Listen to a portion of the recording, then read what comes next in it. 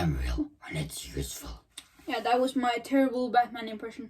Or comment below if you liked it. Hi guys, this is Oliver, and Batman has finally been released, and I saw it yesterday with my best friend, Big T himself, Fedor, who has been on the YouTube channel before, as you guys may have seen on Instagram, and go check out our review of the movie on Instagram. The story for the Batman takes place in Bruce Wayne's second year of crime fighting, when now the Riddler shows up. So now Batman, with the help of Gordon, played by Jeffrey Wright, who played the Watcher in What If, and Selina Kyle, aka Catwoman, the three of them have to team up to take down the Riddler and solve his riddles. So yeah, without further ado, let's do this. I'm Batman. Let's start with what I liked about the movie. First off, Robert Pattinson killed it as Batman. He was great as Batman, and I like that, and there wasn't a lot of him as a Bruce Wayne, and I like that, because I would rather want to see a movie about Batman than Bruce Wayne. And I like how his suit was like homemade, how leathery it was. And I love all of his gadgets, and that his bat signal you can use it as a knife, as a weapon. That was actually very smart. And a lot of times in this movie when he was playing the Batman, it didn't feel like it was Robert Pattinson. It actually felt like it could have been anybody, which I actually really like. It's easily the scariest Batman we've seen in live action. And beating up bad guys, as you guys saw in the trailer for the movie. In some scenes, even the police were really scared of him, which brought a new flavor to it. And like seeing the Batman and Commissioner Gordon teaming up to solve his riddles.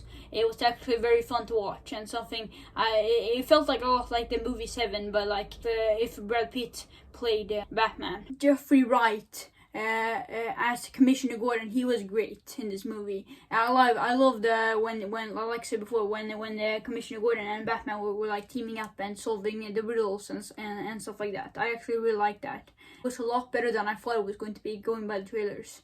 And also Zoe Kravitz played Catwoman, and she was really good. She was a good actress, a good actor, and she was, of course, just like every single Catwoman, really sexy. Which is exactly what Catwoman should be, and it's not easy being a sexy badass and a good actor at the same time. Or like Harley Quinn and Gal Gadot's Wonder Woman have, or of course they are like experienced. Margot Robbie has played Harley Quinn for 5 years, so she is more used to it. So now Catwoman coming in for the first time doing it, it's perfect. It's exactly what a Catwoman should be, and more. And the relationship between Catwoman and Batman was great in this movie. I actually really liked it. And yeah, perfect. And the ending of the movie, no spoilers, but yeah, I really liked it. And Catwoman and Batman made out 3 times in the movie, which is perfect. And also, the Riddler in this movie, played by Paul Dano, he was really creepy. Even though he wasn't nearly as good as the Joker, and he wasn't in the movie a whole lot. He should have been in the movie a lot more. The opening scene with him, no spoilers, was really creepy, and it was a good jump scare. Yeah, so he was really creepy, and I was really some scenes I was actually really afraid of him in the movie, and you don't want to be in his traps. I'm warning you. So yeah, he was really good. And also I actually liked Batmobile. Even though it really should have been in the movie a lot more than it actually was, and it took a long time in the movie until it actually showed up. It was only in one scene, which is disappointing. It was still kind of cool to see it, and it's the perfect fit for this incarnation and version of Batman.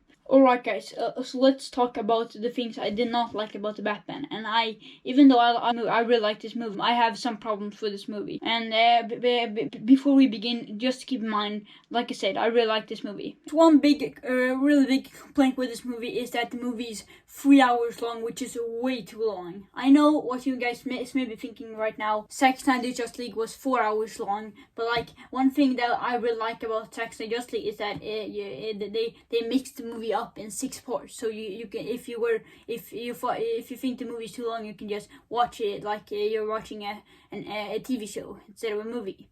In case the movie is too long for you. But here they didn't do that, and they were like the pre-climax part of the movie after Batman had fought the Penguin, like I expected. If you've seen my previous videos, after that there's a pre-climax middle part that was like so long, and it was very boring. Like I was so bored at that part of the movie, and my friend Fido was also bored. So we actually donated popcorn. I was trying my best to focus on the movie, trying my best not to get bored, but it was too boring, and my friend Fido had ran out of popcorn, and I still have some popcorn left. So I donated some popcorn to him because he had ran out of popcorn, and it was actually really funny. And we both of us couldn't stop laughing, and Alex was like, "Why are you laughing? This is a serious and intense scene." And we were like donating popcorn. It was so funny. And then luckily we were really, after we had donated popcorn, the movie started to get less boring, and I was actually on the edge of my seat. So that was good. I like that the Riddler, he had some goons in the final battle, and the final battle was epic and awesome, but like he really should have been in the movie a lot more. Well, I understand why he wasn't in the movie a whole lot, because the Penguin is also in this movie, and a lot of characters in the movie, but like there was some moments in the movie where I was like, yo, where's the Riddler? Even though I really like this movie, it doesn't come close to The Dark Knight. It's not nearly as good as The Dark Knight, and I never thought I'd say this, and you guys might not agree with me, but warning, it's just my opinion. Zack Snyder's Justice League was a lot better than this movie, which I never thought I would say. When I was watching Sex and Justice, it felt a lot like a 2-hour long movie than 4 hours. But in this movie, you felt the runtime. Even though I think that there are a lot of things in this movie that's a lot better than the Snyder Cut, I do prefer Sex and Justice League. Sorry for saying this, but I'd rather get a sequel to Sex and Justice League than a sequel to this movie. Even though I would kill to get a sequel to this. And also, the movie reminded me a lot of No Time to Die. Like, both movies are way too long and should have been shorted down. Both movies have an opening scene with the villain of the movie, who's like really, really creepy. And both movies, the villain isn't in the movie a whole lot. He should have been in the movie a lot more. And also, in both movies have a ton of epic and awesome action scenes, and both movies have some amazing cinematography. And also, in both movies, the ending is epic, and a great way to end the movie.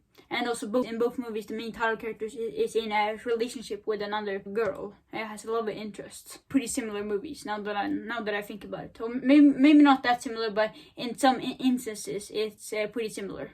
And also, like I said, the cinematography and the music in this movie is amazing. I love the music in this movie and the cinematography. Visually, it looks beautiful. Now, for me, in the end, I really liked the Batman. It was a pretty good movie, I think. Even though I had some problems with the movie, and also the action in this movie, even though the action scenes were epic and awesome, and my favorite action scene was that climax fight, I wish I didn't watch the trailers for this movie, because people say that the trailer didn't spoil that much of the movie, and there's a lot of surprises. Maybe there were surprises, but like they spoiled way too much of the action. Like a lot of the action scenes in the trailer were like epic and awesome, and then when I watched the movie, they weren't as epic. Even though, except for the final battle was epic and awesome. But like the scene when the Batman was chasing down against the Penguin, it wasn't that epic. I really wanted to love and enjoy the action scene, but even though it was really cool to see, I really wish I didn't watch the trailer, and I really wish the trailer didn't spoil it. And also, this isn't a spoiler because it happened in the trailer, but I really like the tsunami. Even though it was very rushed, it felt very rushed, like in the last minute, I still really like it, and it made for an epic and awesome final battle, in my opinion. Like me and Theodore said in our review of the movie, no spoilers, the secret villain in the ending I really liked, and that makes me excited for a sequel. And the secret villain. Secret villain at the end.